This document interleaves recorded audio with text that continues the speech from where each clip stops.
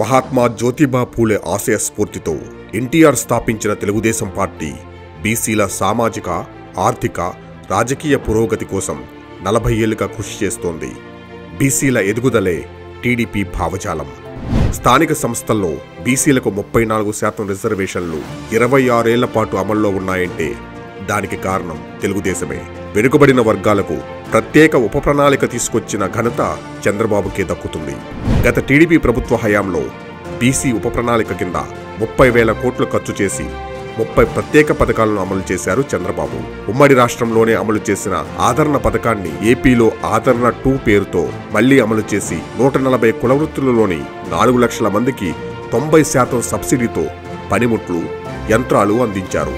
13 కార్పొరేషన్లు, 9 ఫెడరేషన్ల ద్వారా ₹1,00,000 సబ్సిడీతో 3 లక్షల మందికి స్వయం ఉపాధి యూనిట్లు అందజేశారు. చంద్రన్న పెళ్లి కానుక పథకం ద్వారా బీసీ వధువులకు ఒక్కొక్కరికి 35,000 చొప్పున ఇచ్చారు. బీసీ విద్యార్థుల కోసం ఎన్టీఆర్ విదేశీ విద్యాధరణ, ఎన్టీఆర్ విద్యోన్నతి, బీసీ స్టడీ సర్కిళ్లు, best available schools, post matric scholarships వంటి ఎన్నో పథకాలు అమలు చేశారు.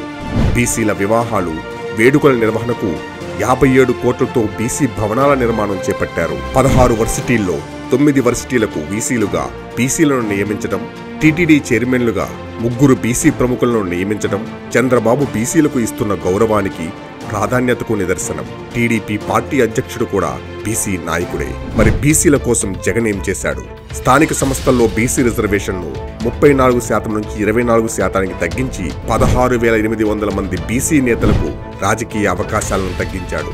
28 బీసీ సంక్షేమ పథకాలను రద్దు చేశాడు. బీసీల కోసం 75,000 కోట్లు ఖర్చు చేస్తా అని చెప్పి 56 కార్పొరేషన్లలో కనీసం ₹56 లేకుండా చేశాడు. 12 నామినేటెడ్ పదవుల్లో 50% రిజర్వేషన్లు కల్పిస్తూ చట్టం తీసుకొస్తానని చెప్పిన జగన్ ఒక్క మాటను కూడా నిలబెట్టుకోలేదు. పైగా బీసీలను దారుణంగా అణిచేందుకు 27,000 మందిపై తప్పుడు కేసులు పెట్టించాడు. కంచర్ల జల్లయ్య యాదవ్, తోట చంద్రయ్య, నందం సుబ్బయ్య వంటి 26 మంది బీసీ నేతలను చేయించాడు. 2,500 మందిపై దాడులు చేయించాడు. తన అక్కను వేధించొద్దని అన్నందుకు 10వ తరగతి చదువుతున్న బీసీ విద్యార్థి అమర్నాథ్ గౌడ్ ను వైసీపీ రౌడీలు సజీవం చేస్తే కనీసం మనిషిగా అయినా ఖండిస్తూ ఒక్క మాట మాట్లాడలేదు. బీసీ ద్రోహి జగన్ పాలన అంతమైతే గాని బీసీలకు భవిష్యత్తు లేదు.